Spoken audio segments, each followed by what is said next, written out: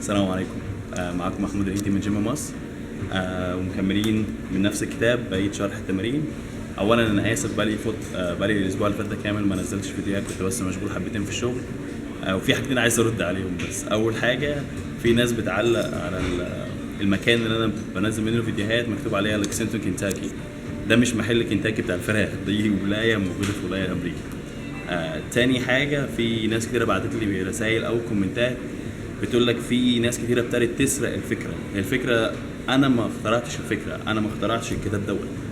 بالعكس، لما الواحد بيشوف ان الناس كتيره بتنزل فيديوهات او بتنزل شرح او بتنزل صور للحاجات زي ديت، الواحد بيفرح ان هو ابتدى حاجه جديده او في ناس تانية بتساعد الناس. تعالوا بقى نكمل النهارده، مكملين في عضله الترايسبس. هحاول النهارده في الفيديو بتاع النهارده اخلص التمارين الترايسبس بالدمبل. بس في حاجه كويسه عايز اوريها لك.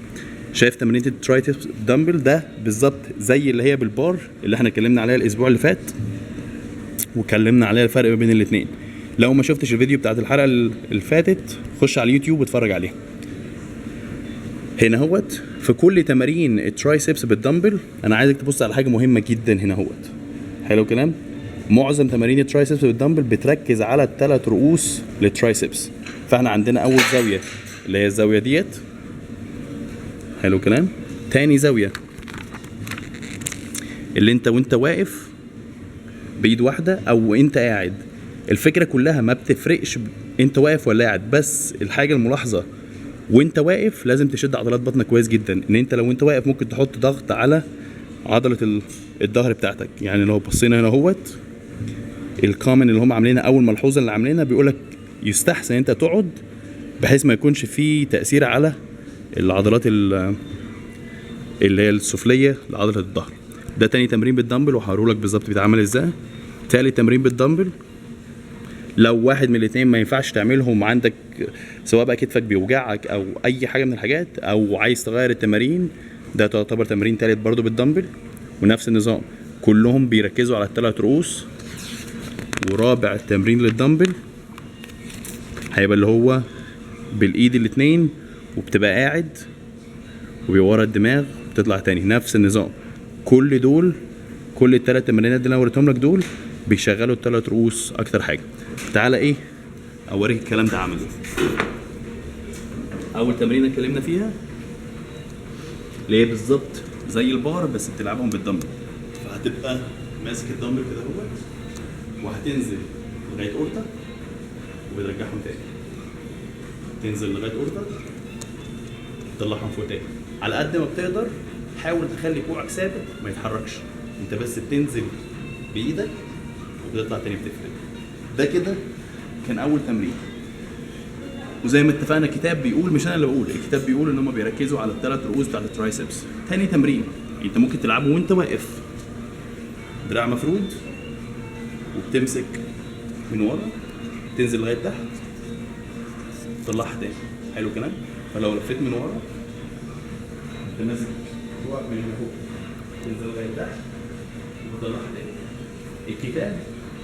الكتاب بيقول يستحسن انت تكون قاعد وانت بتلعبها. ان انت وانت واقف لو انت شايل وزن كتير ممكن بتزق بوسطك لقدام كده تتاثر، لو بتلعب كده ممكن تميل لقدام كده بتاثر على ظهرك من ورا.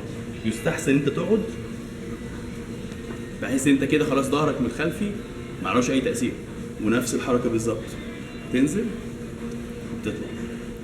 غير ايد، نفس النظام، تفرد ايدك لفها من هنا اهوت، تنزل وتطلع، تنزل وتطلع. ده كان تاني تمرين. تالت تمرين هو تمرين كويس بس انا شخصيا ما بحبه، يعني مش ما بحبوش، ما بقولش الناس تعمله كتير، ان للاسف لازم يكون ظهرك مفرود. انت لو ظهرك متني يبقى انت كده بتسبب لنفسك اصابه اكتر ما انت بتفيد نفسك. حاول على قد ما تقدر ظهرك يكون مفرود ودراعك هنا اهوت وبتفرد لغايه الاخر. بتجيبها هنا اهوت تفرد لغايه الاخر.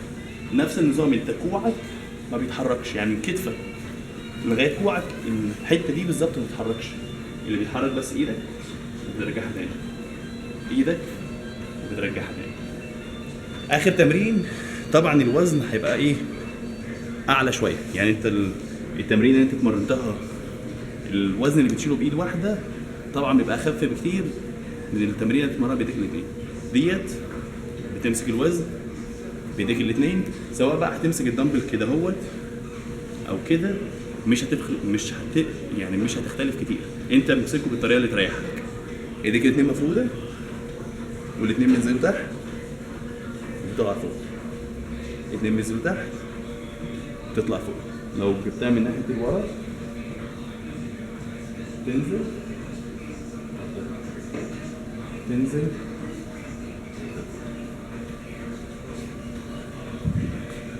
بكده. يبقى احنا خلصنا كل تمرين ترايسبس بالدمبل.